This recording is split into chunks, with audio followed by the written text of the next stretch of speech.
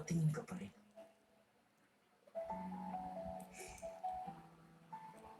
Please naman, tulungan mo na ako. Kunwari gusto mo ako. Kaya ka lang ba sumali sa club na to? Para kausapin ako tungkol siya. Uy, hindi naman sa ganun. Kasi...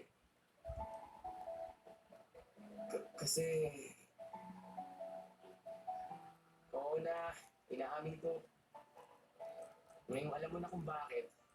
Sige na, pumayag ka na maging fake boyfriend ko. Please. Sige na. Uy, payag ka na ba o hindi?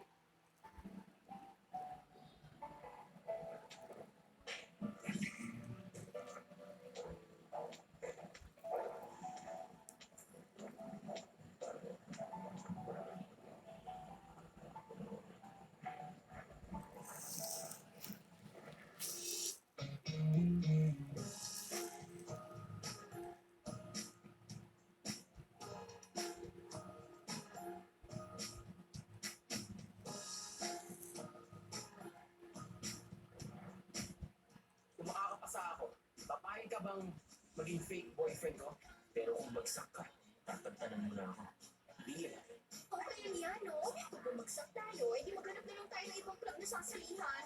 Sabi ng tropa mo sa akin, may pumuporno daw sa'yo Totoo ba yun? Sarawa? Kapag hawak mo ang gitara nito, yakap mo na rin ako.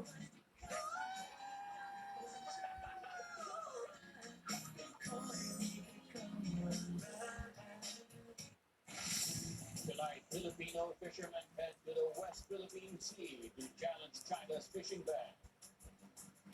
Documents released by a Philippine senator indicate that a controversial town mayor who links to Chinese criminals has Chinese parents. Israel cuts off smuggling tunnels from Hamas militants as it takes control of the entire Gaza border with Egypt. And lava from an erupting volcano threatens a town in Iceland. Iceland?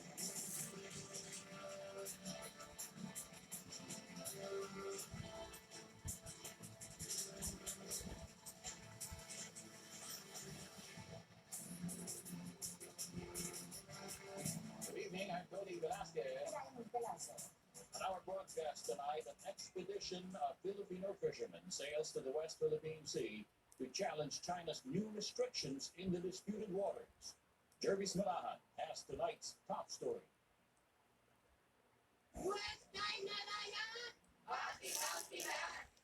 Fisherfolk in Masinloc, Zambales held a collective expedition in the West Philippine Sea as an act of defiance against China's declaration of a fishing ban. A mass was held, followed by the blessing of the fishermen. On board small boats, around 40 fishermen sailed to the West Philippine Sea to assert their rights to continue their livelihood in the area. They did not coordinate with the Philippine Coast Guard.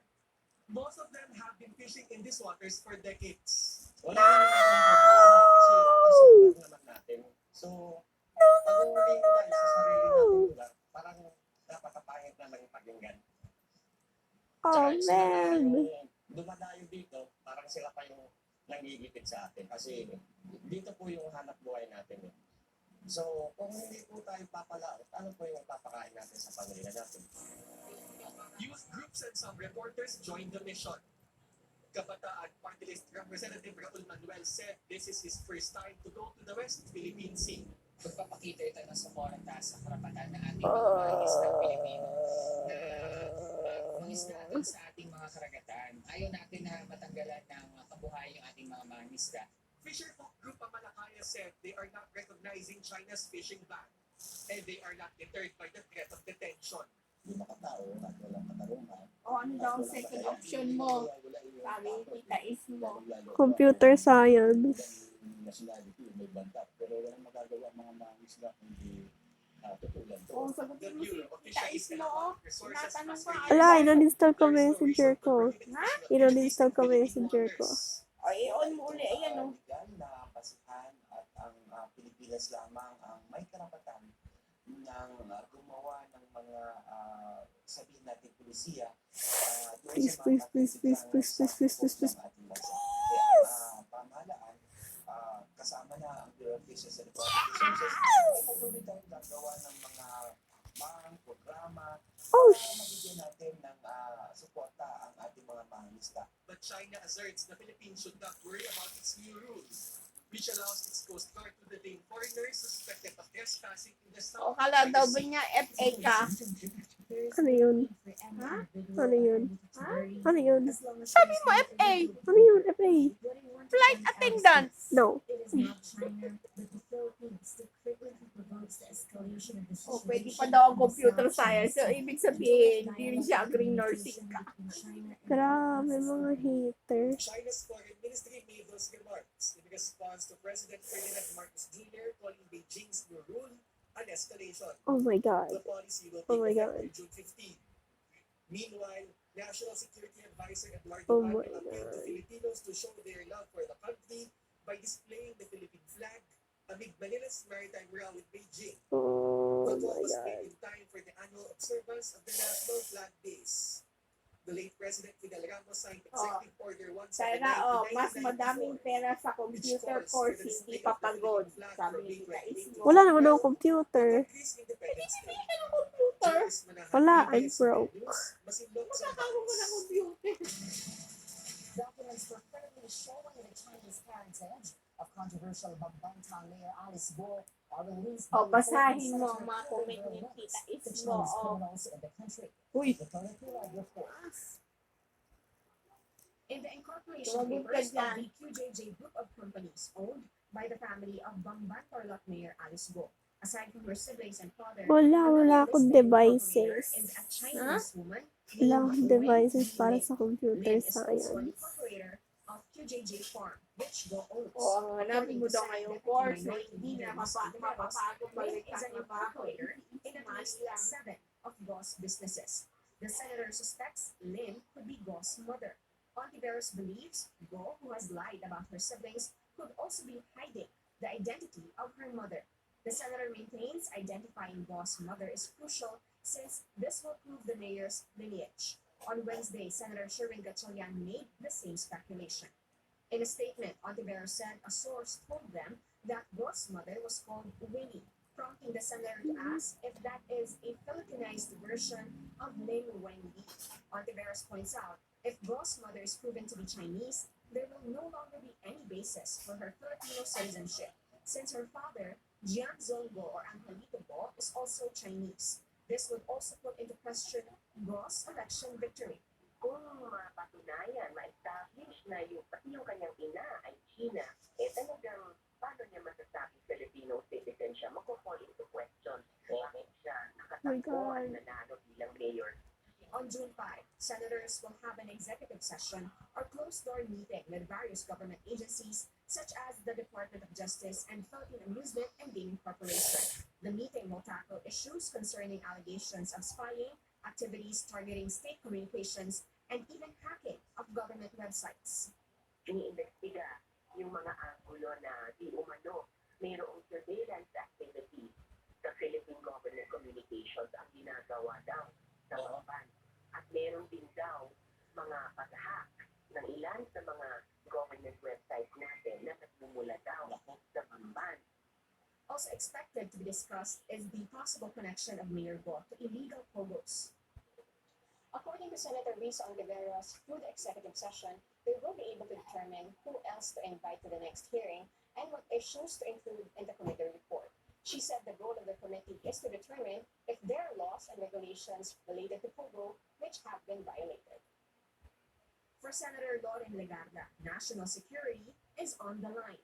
The paving invasion, napaka-seryosong issue ng national security ng ating sinisiyasat dito. Solicitor General Menardo Guevara said they are still waiting for more inputs from other government agencies and will need to know relevant facts first before they can determine if there is reasonable ground to take legal action. ABS-CBN has repeatedly tried to get the side of Ross camp, but her lawyers have yet to respond.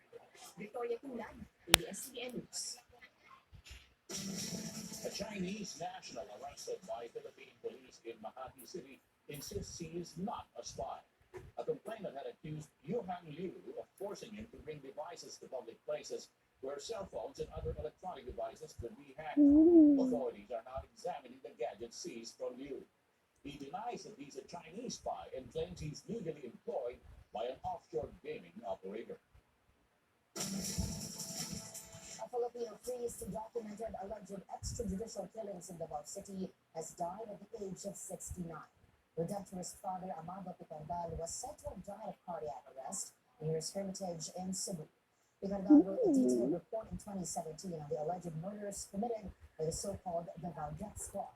The report was based on his experiences while he was in Davao City from 1998 to 2011.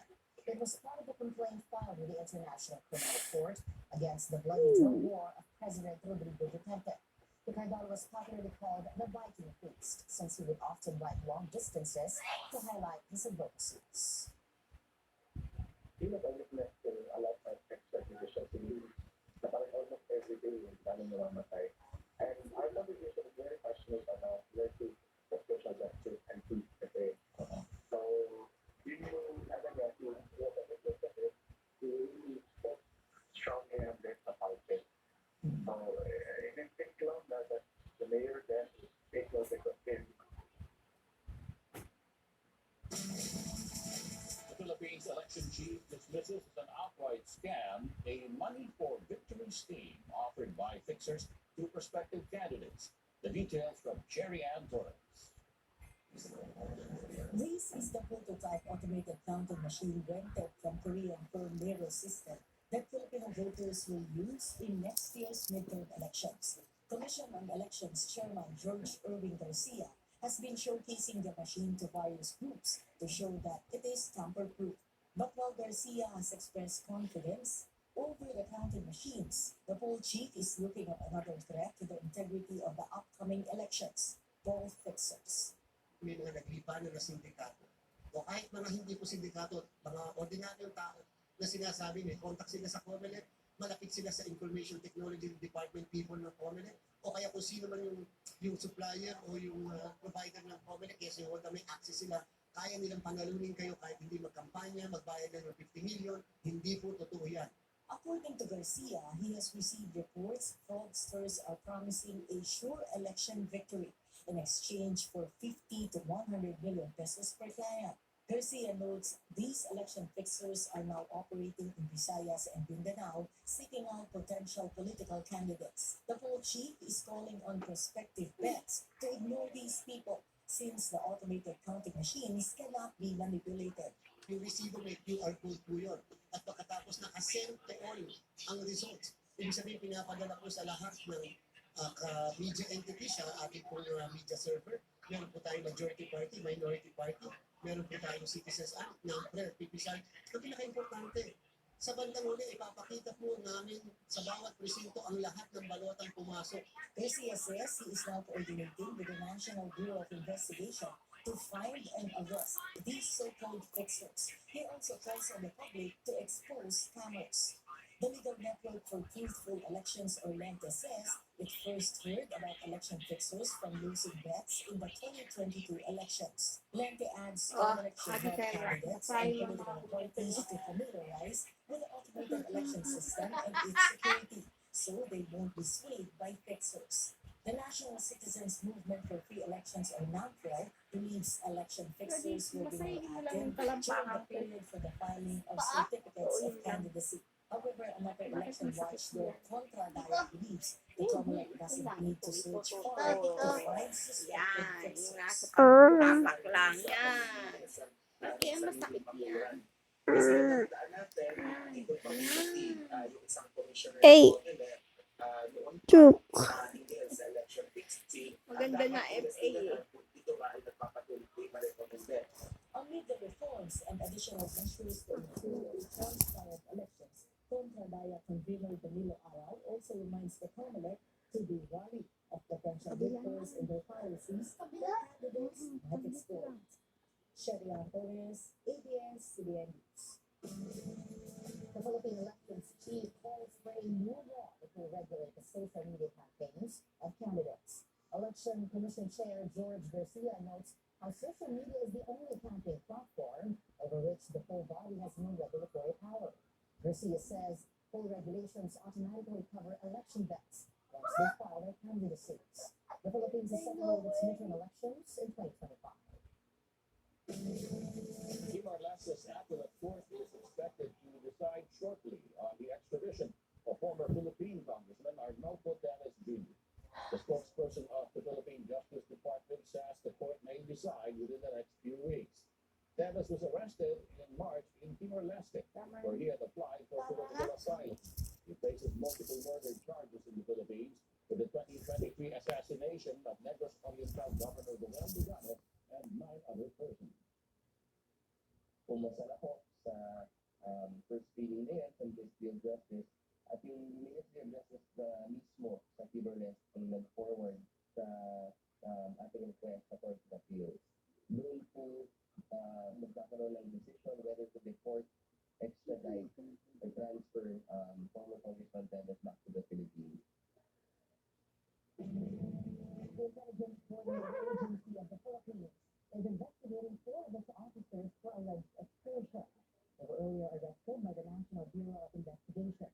A Korean national had accused them of demanding 2 million pesos to settle a supposed immigration case against them.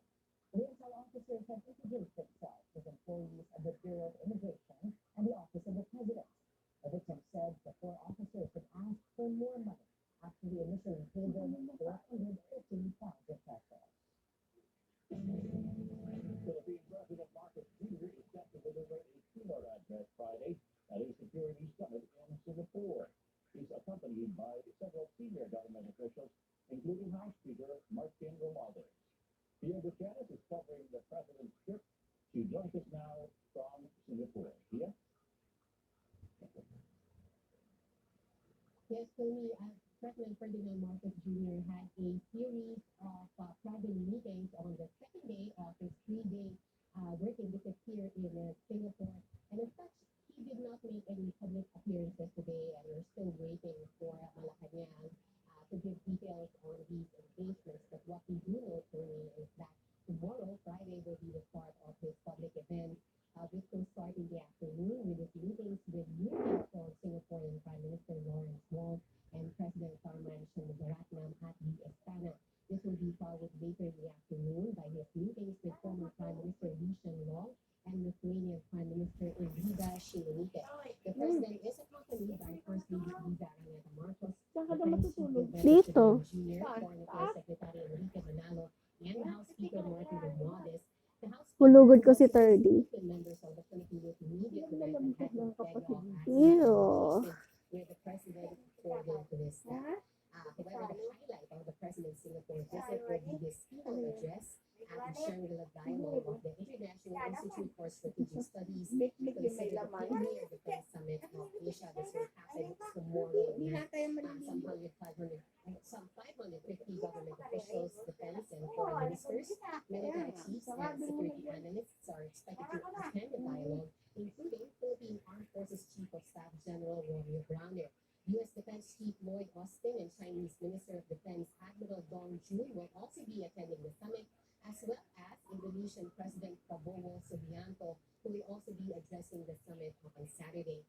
The Shangri-La Dialogue aims to discuss defense and security challenges, particularly in the Asia-Pacific region, and the president's keynote speech is expected to lay the tone for the discussions in the summit. The president earlier said that this invitation to speak at the dialogue is significant as it is a recognition of the geopolitical challenges being faced by the Philippines. This has noted that the stakeholders in the West Philippine Sea are no longer limited to the ASEAN or the Indo-Pacific region, but also involves the global economy.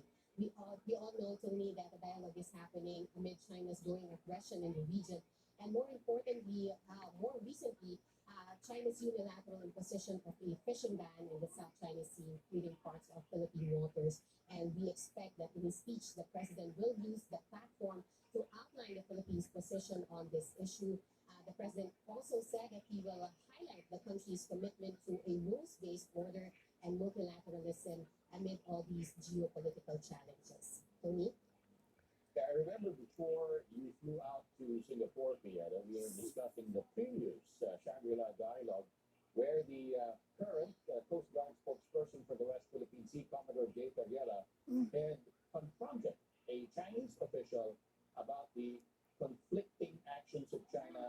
this will be what it was publicly saying to its official foreign ministry. Huh? Will there be any Philippine Coast Guard officials present at the summit this year? Yes, Tony, we expect the leadership of the Philippine Coast Guard to attend the dialogue. Though we have heard, we have to confirm this that the spokesperson for Wait lang, the wait West lang. Philippine Sea of the Philippine Coast Guard, Commodore J. Ariela, will not be attending this year's summit. We expect the West Philippine Sea issue to be included in the topics of this very important dialogue, including other geopolitical challenges that the country, as well as the region, is facing today, particularly the growing rivalry between the United States and China, also including other security challenges such as cybersecurity risks and even issues on AI and climate change may also be tackled by all of these attendees of the summit. Tony. And the Philippine Defense Secretary, Gilberto Teodoro, is also in Singapore with the President. Is Secretary Teodoro expected to perhaps give any separate press briefing during the Shangri-La dialogue? That's what we are also expecting for the Defense Secretary to also give a message, particularly to the Filipino media. We were also trying to get him to give a briefing to the Filipino media today, but we really would not know whether he had other prior engagements or if he is actually preparing for the dialogue. So that it did not push through today, but we're still hoping that in the next few days that he will be able to face the media, if not here in Singapore, but in the Philippines, just to give us an update of what actually transpired during the dialogue today. All right. Thank you very much. Pia Gutierrez reporting there from Singapore. Up next, Israel seizes a strategic corridor at the Gaza-Egypt border. More stories when the world tonight returns.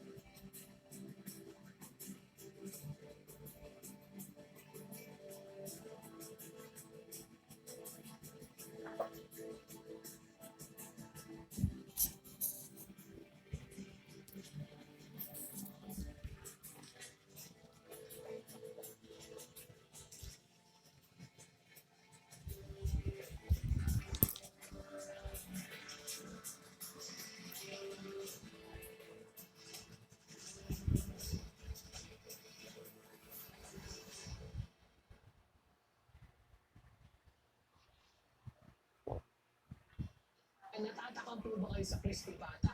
Tatikman natin ang trendy na crispy ulo at crispy pata. Nagsimula yung gumawa kami ng video ng asawa ko na pinaplastics po namin yung crispy ulo. Yun. Ayan, pag malaki natin na malambot talaga yung tinda natin crispy, binabalot namin siya sa katsa. Nilalaga siya ng around 5 hours. Wala pong daya yan. Ayan. Ayun o, talagang mahuhukay mo hanggang ilalim. Ang lamot.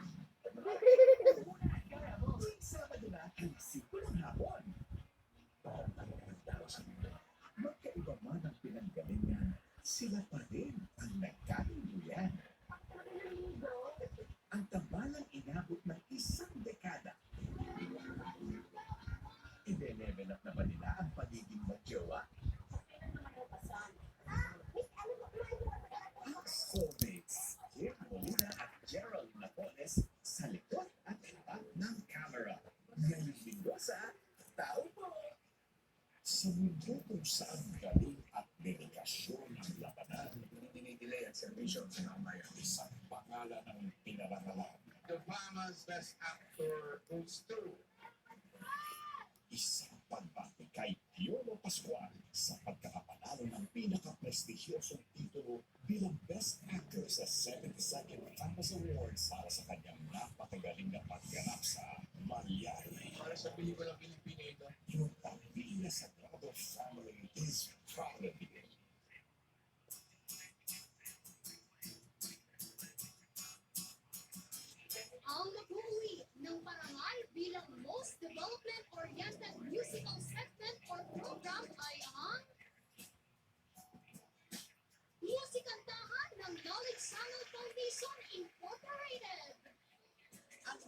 listahan ay mga music video ng Knowledge Channel para sa mga batang nasa preschool at kindergarten.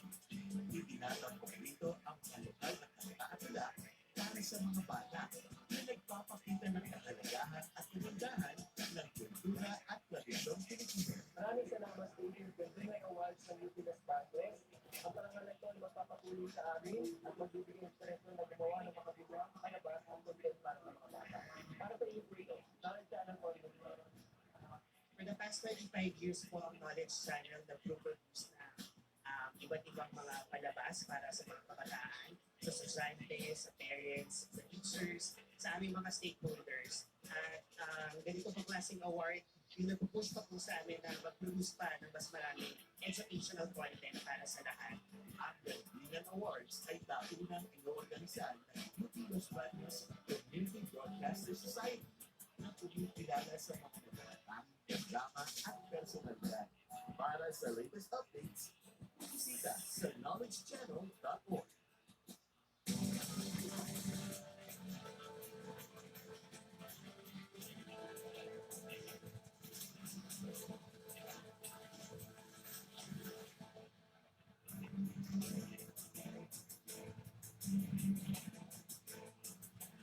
Back on the world tonight, Israel says it has cut off smuggling tunnels of Hamas militants after taking control of the entire Gaza border with Egypt. The captured territory includes the Philadelphia corridor. This is expected to complicate Israel's relations with Egypt, which has complained about Israel's advance towards its border.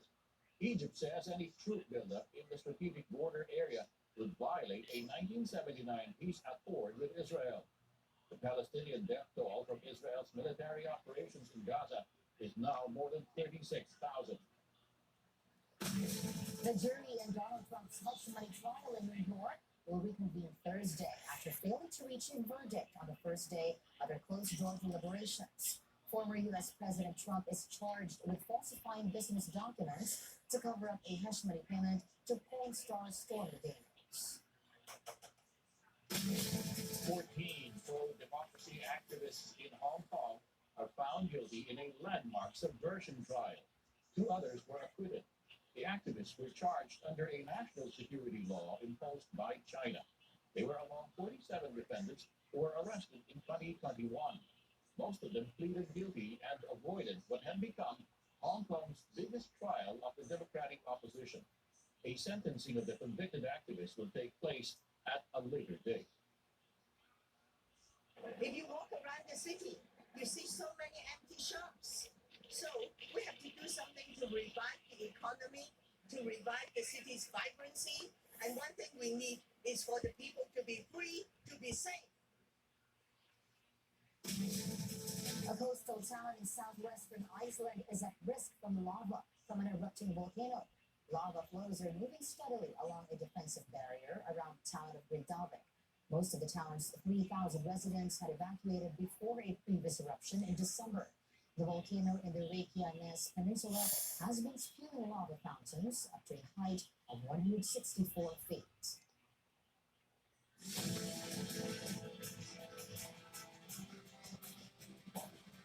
The Philippine peso sinks to a fresh 18-month low against the U.S. dollar. It closed at 58.63 today, greenback. This is its lowest since November 2022. The U.S. dollar jumped to a 2-week high on Thursday as surging U.S. Treasury yields boosted demand for safe havens. Philippine shares see a third straight negative session to push the local wars nearer to correction territory. We have this report.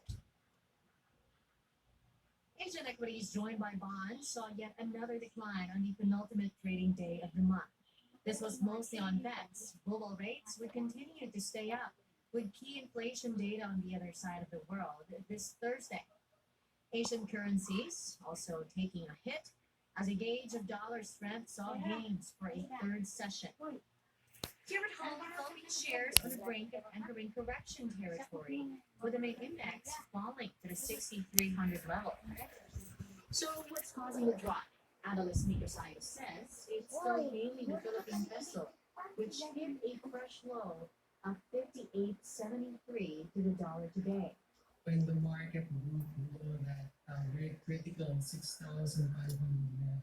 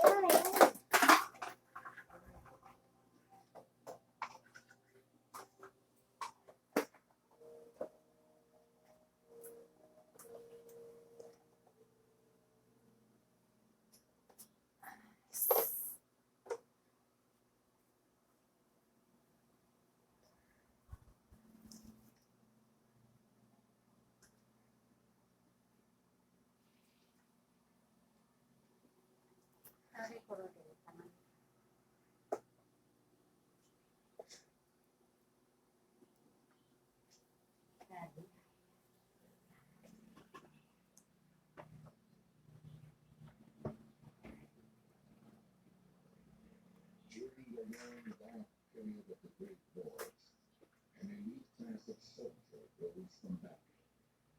Their unbreakable code was simple: possess a noble heart of courage, right conduct, and absolute devotion to one's master. From out of those years of bloodshed, an empire would emerge. This power would assimilate persons